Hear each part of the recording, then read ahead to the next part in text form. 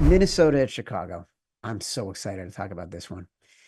Opened at 5, immediately moved to 3.5. As of noon today, it's down to 3. Remind people, I don't know if you can remember this. Do you remember what you told me on Sunday night regarding what the wise guys were saying about Caleb Williams? That I supported what they were seeing based on what I saw. But what did they tell you? Yeah, like I was at the book, and I'm not watching. There's certain games I'm watching because the way the TVs are, and that was not a game I was really focused on. And the guys that did watch it, they loved what they saw from Caleb Williams, Chicago, the fact that he's paying freer.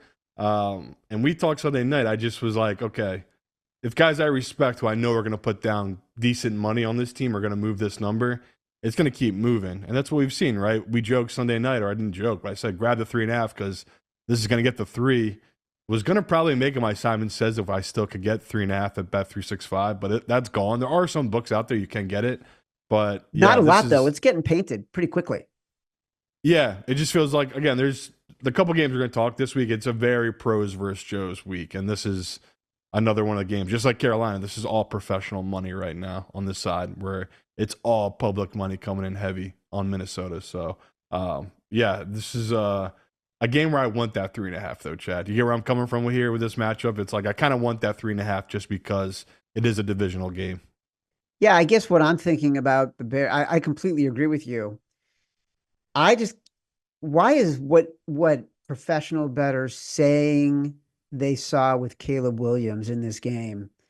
Why is that not an overreaction to just one game? Like it was a very different defense that he faced on Sunday versus what he will face against Minnesota for the very first time, right? And like this defense, it's pretty predictable.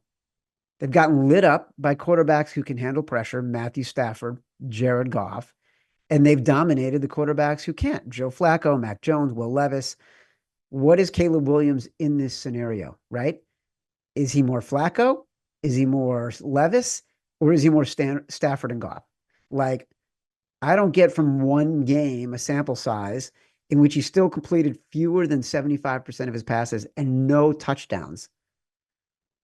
Doesn't leap off the page to me as, yeah, he's ready for a Brian Flores very confusing defense that looks like it's coming at you and then drops into coverage. That is fair, but he has, like we talked about all year. I think he just plays better at home, and it's kind of proven out this season that he's feel more comfortable at home.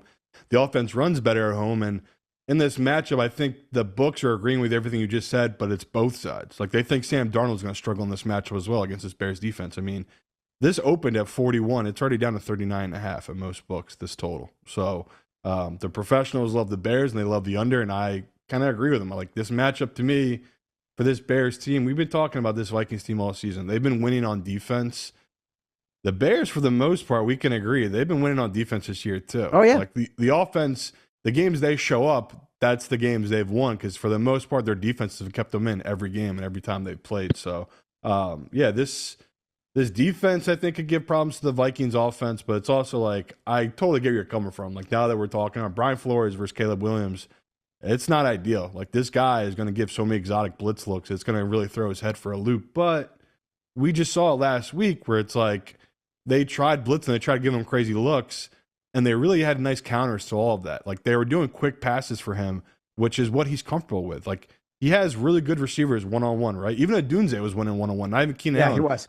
So I think he's starting to realize it's like he doesn't need these long downfield plays and hold on the ball for more than 3-4 seconds. Take the quick hitters and move the ball matrixically down the field. It's something he struggled with early in the year. I think someone gave him a good talking of like, dude, you're not going to win 20 yards at a time here. Like, you got to take the 5-6 when you can, and that's what he's really adjusted to last week. So I agree with you, though. It's not ideal taking it. That's why I went the 3.5 because I just think that's the smart number here. But I also wouldn't be scared off taking the 3 because that's still a good number. I feel like the 3 is a line in the sand. Like, Okay. we just can't, like, why would, let's get the hook. If we're going to do it, let's get the hook. Yeah. Sam Darnold has completely turned into a pumpkin. Could not score against Indy a couple weeks ago. Could not score against Jacksonville a couple weeks ago. He was fine against Tennessee. but he completed just 62% of his passes. He had that accounted, three completions that accounted for more than 40% of his 246 passing yards. He had three really long passes between Jordan Addison and Justin Jefferson that accounted for about 115 yards. And everything else was dink dunk, dink dunk, dink dunk, 5 yards at a time against a good Tennessee defense. Also fumbled twice. And the Titans got out of that game.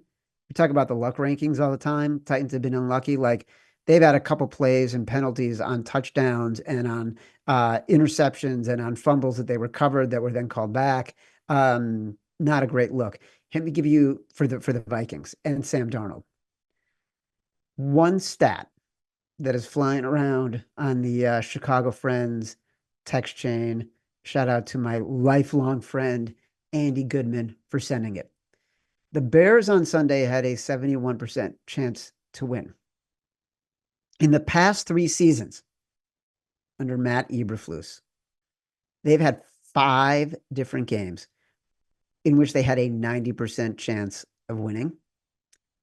It just continues to show you how terrible this guy is as a coach. And that the end of that game, thinking, all right, I'm good at 46. When he's got a little kicker, everyone knows his trajectory on those longer kicks is to hit a line drive because he's not great at 45 plus. What a fucking idiot.